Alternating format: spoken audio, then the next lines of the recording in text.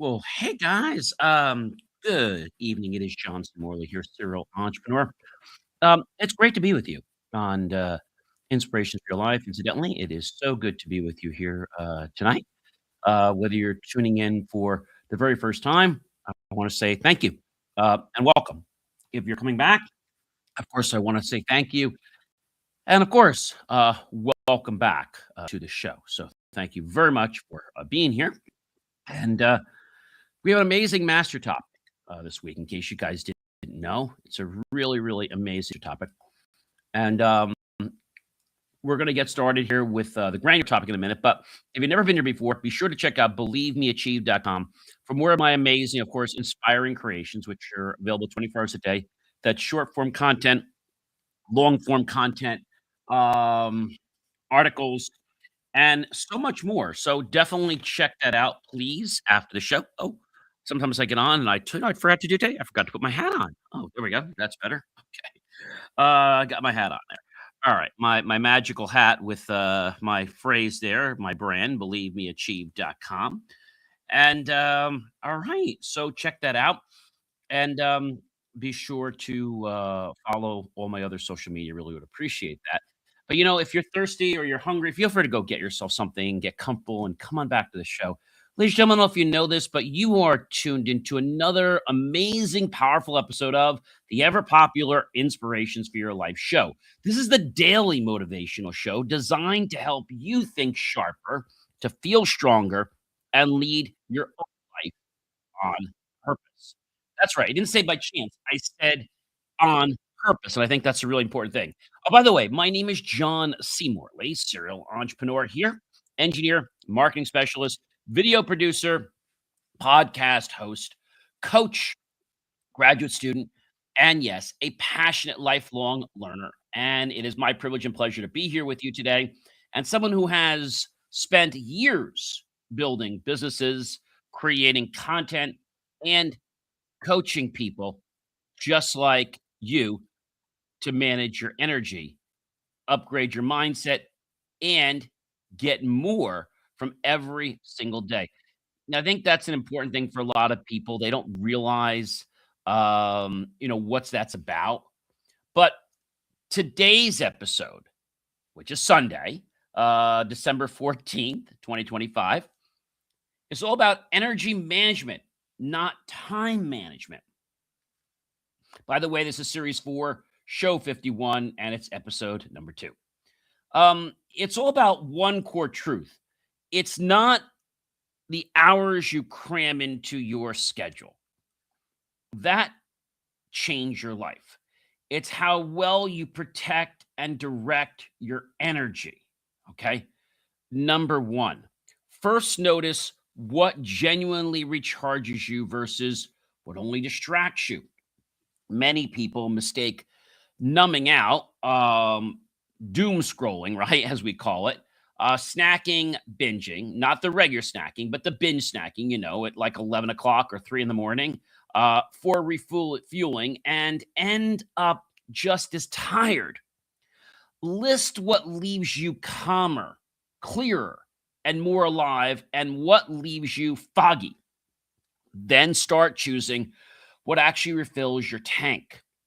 Number 2, guys, protect your sleep like it's a performance tool, not a luxury.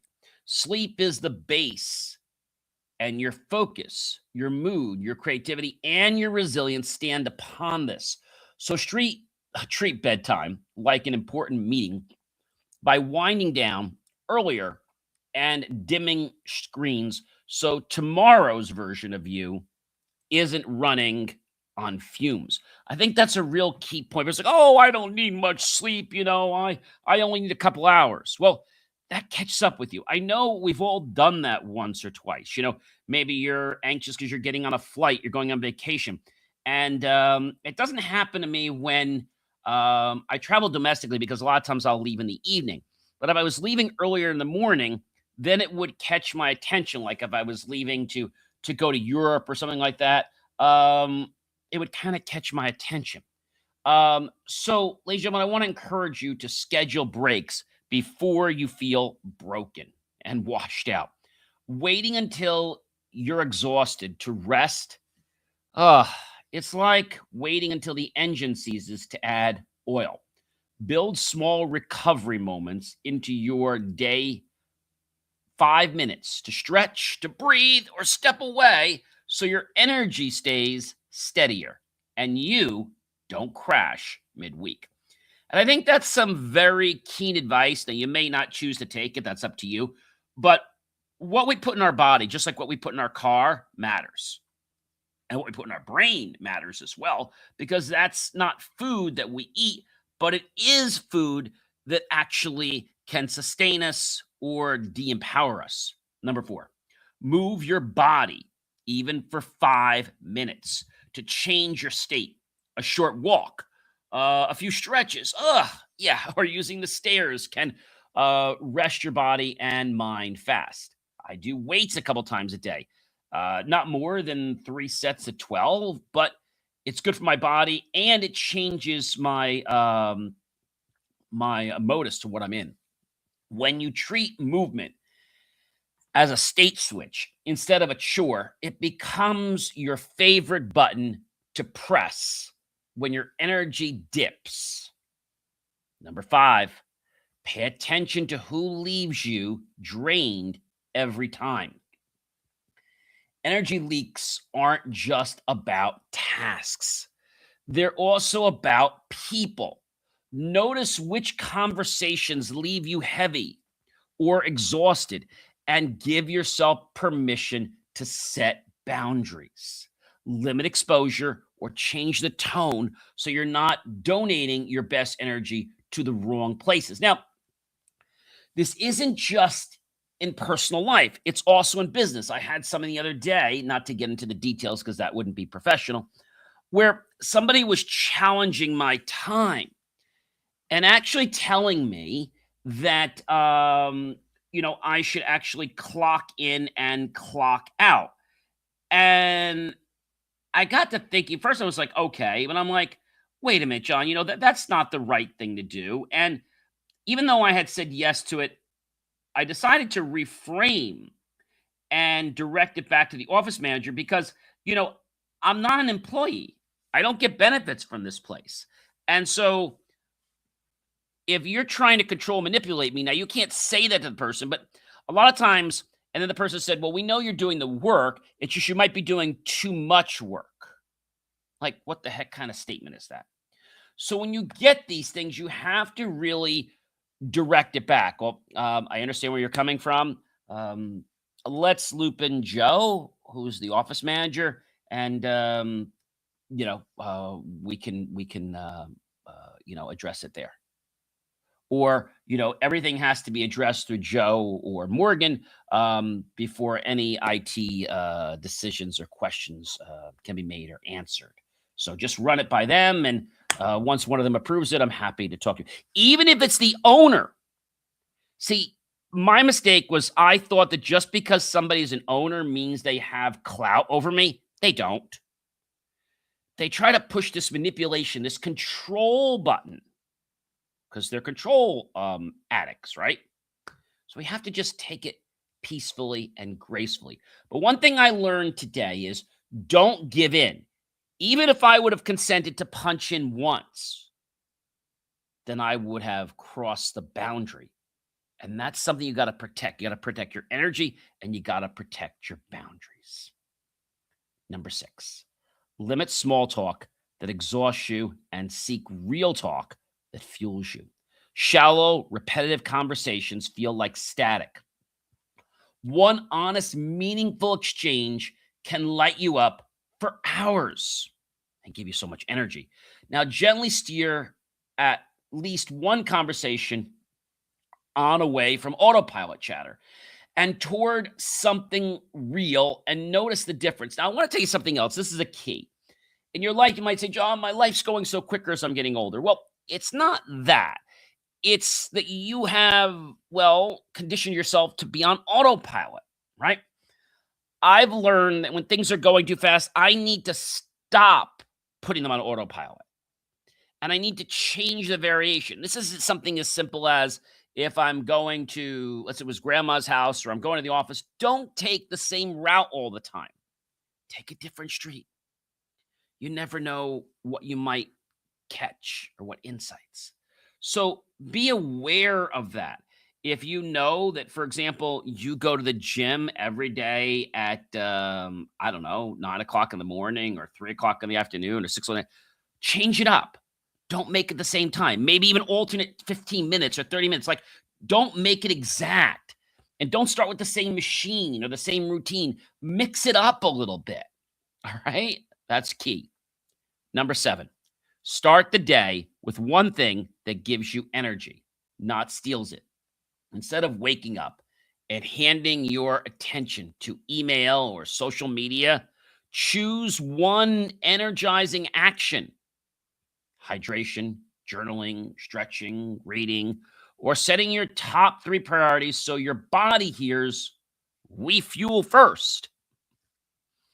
Number 8, replace the doom scrolling with something that actually relaxes you. Crisis, drama, and comparison. Content pretend to be rest while spiking stress. Now, in this situation I was describing just the other day, the person really wasn't aggravated at me. They were really stressed about their job, their situation, and they were trying to take it out on me. Now, the wrong thing to do would have been to basically challenge and confront that. But no, I'm just like, okay. So even though I said the word okay, I'll do it, I can still change my mind. It's not in writing. But I do need to be careful of what I agree to. And I put a memo together to send to the office manager, letting him know that I was confronted by one of the owners, and I feel that this might derail. I want to make sure, actually, I didn't say it that way. I said, I want to make sure our IT services stay on track, are the most efficient for what needs to be done here at the practice. Ladies and gentlemen, swap part of that time that you have for a real reset. That could be music, a book, a bath, a walk, or quietness, and feel how quickly your nervous system calms down. Number 9, learn to rest without needing to escape. Intentional rest restores you. Mindless escape just delays the crash. Practice breaks where you're present with yourself. No guilt, no self judgment. So rest becomes a conscious way to recharge, not just avoiding your life. Number 10, eat in a way that supports your brain, not just your cravings. Food either stabilizes your energy or it sends it on a roller coaster. Notice how you feel 30 to 60 seconds after you eat and favor the meals and snacks that keep you clear and steady instead of spiking and then crashing. Number 11, guard your first and last 30 minutes of the day. These bookends shape your focus, stress, and sleep. Create simple first and last 30-minute rituals, no doom scrolling, and no chaos. So your mind starts and ends the day with intention instead of noise. What I do when I go to sleep is I put my headphones on, my high def headphones on, and I'll listen to some nature music, and I'll meditate, and that's how I kind of get my body to shut down, and then I fall asleep. Number 12, guys. Say not today to one thing that drains you for no good reason. You keep saying yes to tasks, favors, and habits that give nothing back in return. Pick one and politely decline, delegate, or delete it. Feel what it's like to protect your energy on purpose. Now, this is going to sound and feel weird at once, but the more you do it, the more you're like, "Oh, wait a minute, like I actually get this. This makes sense. Now I understand how I was, well, getting out of control," right? I think that's an important one. Number 13. Number 13 is all about something really, really cool. And that is track what time of day you naturally have the most focus. Everyone has different peak energy windows. Notice when you feel sharpest this week and jot it down. That awareness is where working with your energy begins. So I know I'm very, let's say, full of energy in the morning. I'm also full of energy in the evening before 9 o'clock. Like you see how much energy I have in the show, right? So I have that morning energy and I have the night energy. And I'm not talking about 10, 11 o'clock at night. Okay. So let's be clear about that. Number 14, put your most important work in that window. Once you know your focus time peaks, stop spending them on low value tasks like email or busy work. Reserve that time for deep work, creative thinking, or your best strategic moves, and watch results increase without extra hours. This is so easy, but people don't do it. Number 15, stop glorifying burnout. It's not a trophy, it's a warning, like guys. Hustle with no recovery doesn't make you a hero. It makes you a drained battery. Treat chronic exhaustion as data, not a badge of honor. And redesign your workload before your body forces you to. And I got news for you. If you make the choice to shape your life and adjust it, it'll be very pleasant. If your body's telling you to do it, well, it could get a little bit uncomfortable. And I'm talking more than just, being tired. Number 16, take mini reset moments. Instead of pushing until you snap, a 1 minute breathing pause, a short walk, or stepping away from your screen can interrupt rising stress. These tiny reset acts are like hitting refresh so you don't drag tension through your whole day. It's all about being conscious, right? Conscious to our environment, conscious to who we are, and conscious to what we're experiencing, what we're feeling. Number 17, unfollow 3 accounts that make you feel less than you should feel. Your digital environment is your energy environment. If certain feeds trigger, comparison, anxiety, or anger, quietly unfollow or mute them and replace that space with content that actually supports you. They won't get an alert that you unfollowed them, but you'll get peace of mind. Number 18, make the choice every day to choose people who celebrate your growth instead of competing with it. The people around you either amplify your energy or, they siphon it away like a hose. Spend more time with those who cheer your progress, respect your boundaries, and are willing to grow with you as a person. Not because they're looking for something, because we oftentimes misclassify a friend or somebody who's helping us because actually they're hanging on because of what we're going to do for them.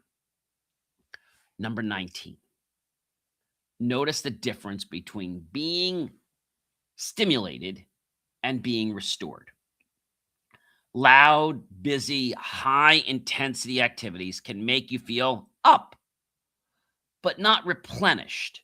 Ask yourself, do I feel more whole after this or just more hyped? And shift toward what really restores your mind and body. This might take a little bit of thinking, but that's okay. Number 20 is let silence or nature be part of your battery pack. You don't always need more input. Sometimes you need less. A few minutes outside or in quiet can lower mental noise and refill your internal batteries in a way no screen can match. Number 21, guys, ask, is this task worth the energy it costs?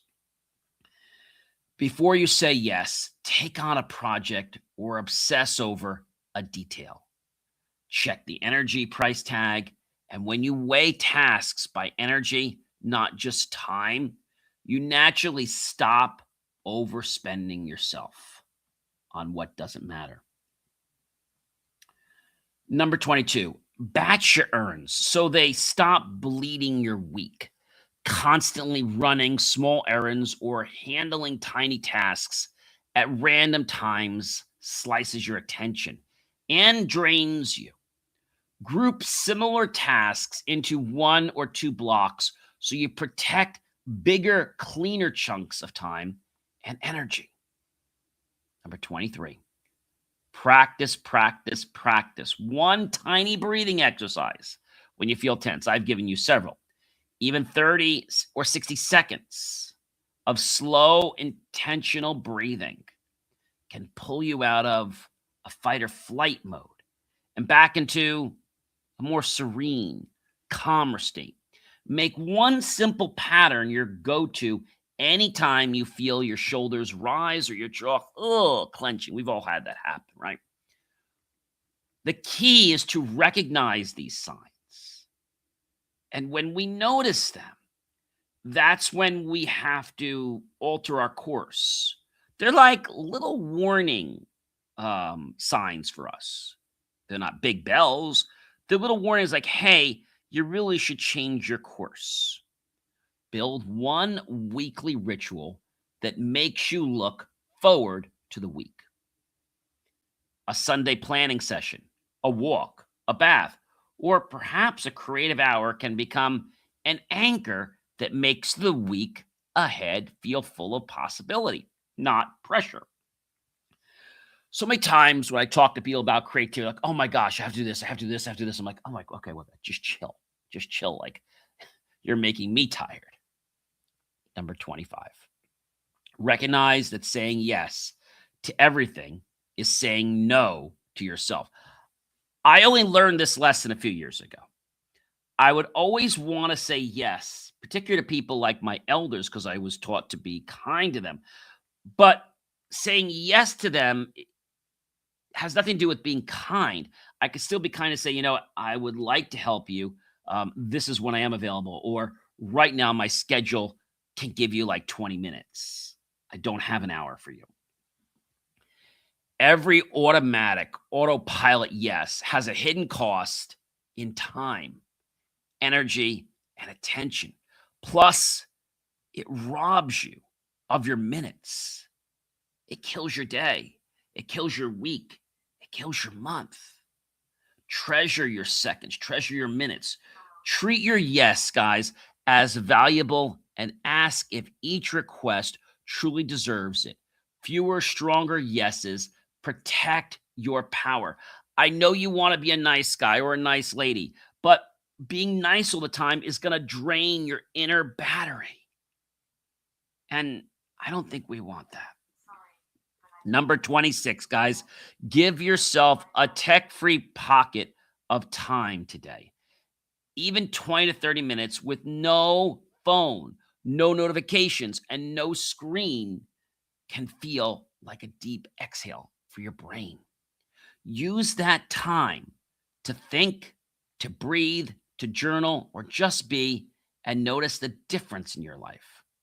Number 27, don't wait for a vacation to live at a sustainable pace. If the only time you feel human is on holiday, your everyday life needs, well, a redesign. Bring some quote unquote vacation pace into your week. Slower meals, real breaks, more laughter. So sustainability becomes, well, a new norm for you. A lot of people think that I'm not supposed to live like this. Like, this is like something I don't have time for. But the truth of the matter is that little bit of time you take will actually give you so much more in return.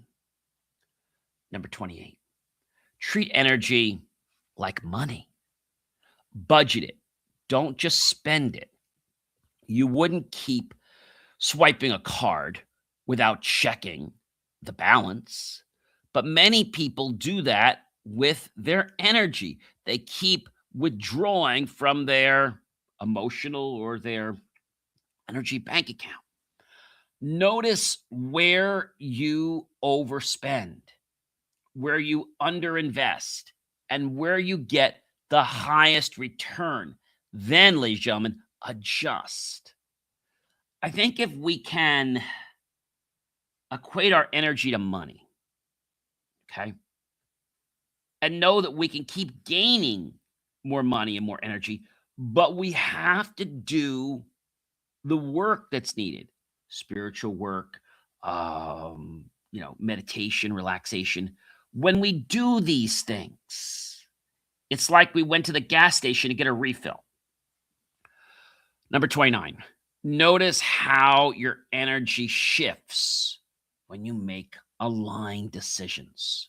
When you say yes or no in ways that match your values and goals, your body often responds with relief or lightness, shoulders that have relaxed, chest that has lowered, heart rate that has been more calm.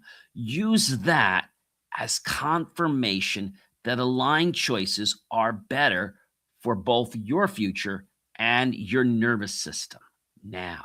So, if we understand this and we know that being calm actually helps us live a more healthy, happy, prosperous life, we need to not let other people get us excited. Remember, if we detach emotionally from people, then it's not going to have an effect on us. Number 30, end Sunday by planning 3 energy protecting moves for the week.